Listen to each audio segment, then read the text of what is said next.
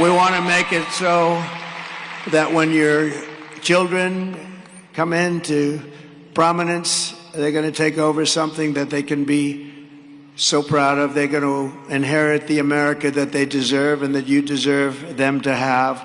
Kamala Harris is an incompetent person who, in all fairness, got no votes.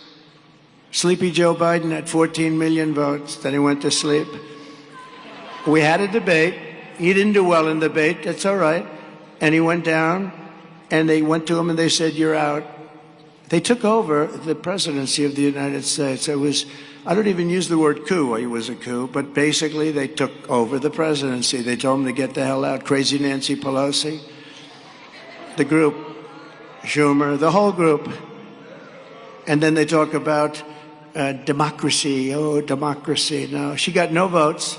He got 14 million. All of a sudden, I'm running against her.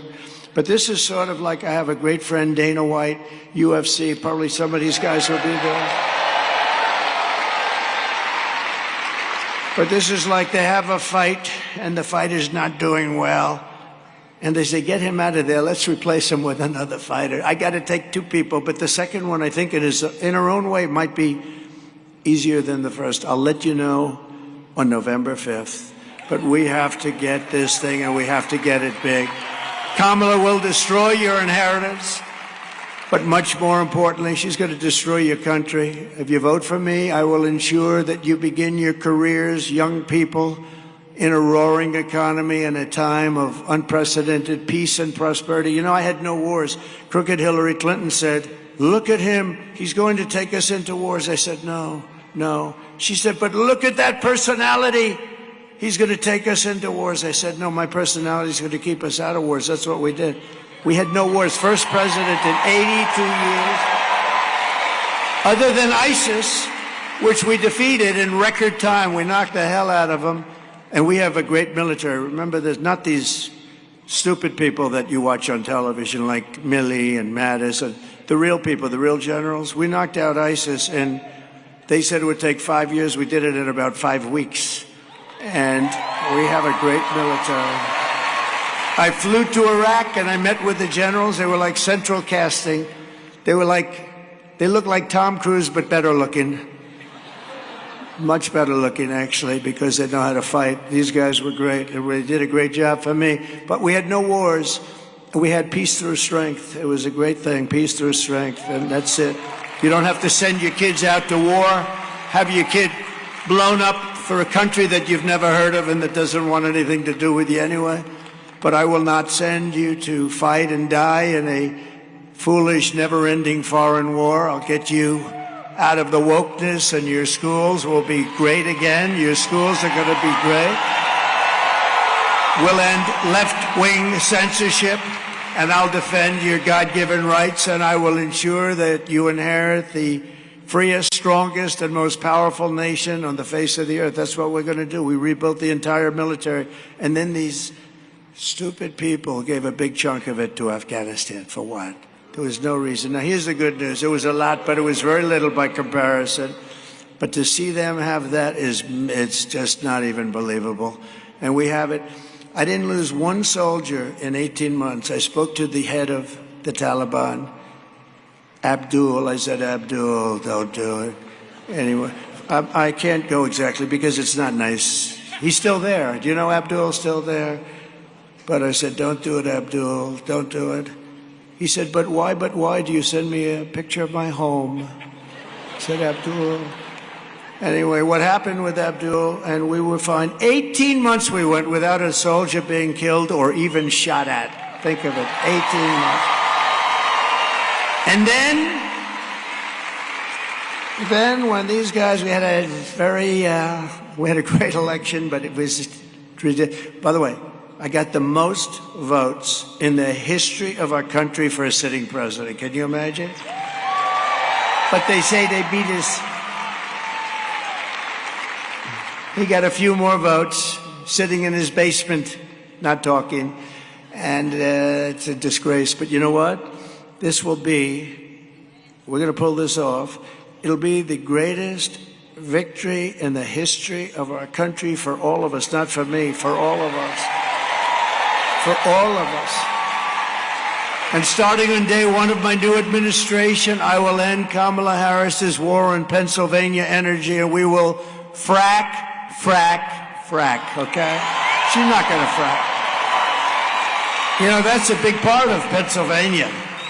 The fracking is a big part. She's been against it for her whole life. She's been against anything having to do with anything underground. She'll build a windmill. It kills all your birds. Isn't that wonderful?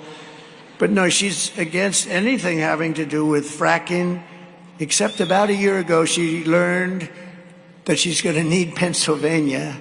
So she turned her thing and she said, oh, I'd love to see people frack.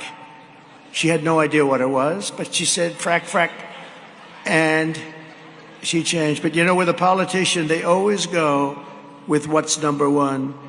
She'll switch in 2 minutes. All of the different things she wants, transgender operations for people that are in penitentiaries if they demand it. All of a sudden she says no. You know, we had a very short time with her. She had a little honeymoon period because nobody knew anything about her. When they found out about her, she went down the tubes. Yesterday she had Beyonce because she can't draw a crowd. See this crowd? This crowd is packed. I could sell it out 3 times. You got to see outside.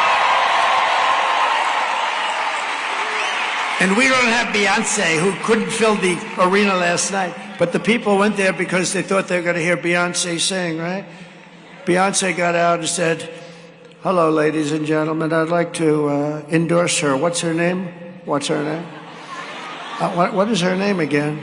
Oh, I'm going to endorse her. They just don't get it. So what happened is the crowd came because they thought she was going to sing. Then she turned around. She left, and Kamala started speaking, and it was a disaster. They all left. Everybody left. We don't need anybody because we are here. Let me be nice. We're here for policy reasons. Oh, policy. We're here for common sense. So the truth is, we're really the party of common sense when you get right down to it, right? Common sense.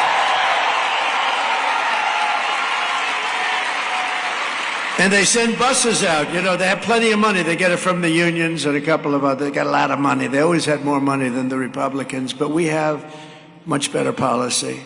We have much better ideas. They cheat much better. That's one thing I'll say. They cheat. Nobody cheats like that. Nobody cheats like that. But I'll tell you what. We're going to have, this is going to be the greatest victory in the history of our country. It's going to be an exciting night on November 5th.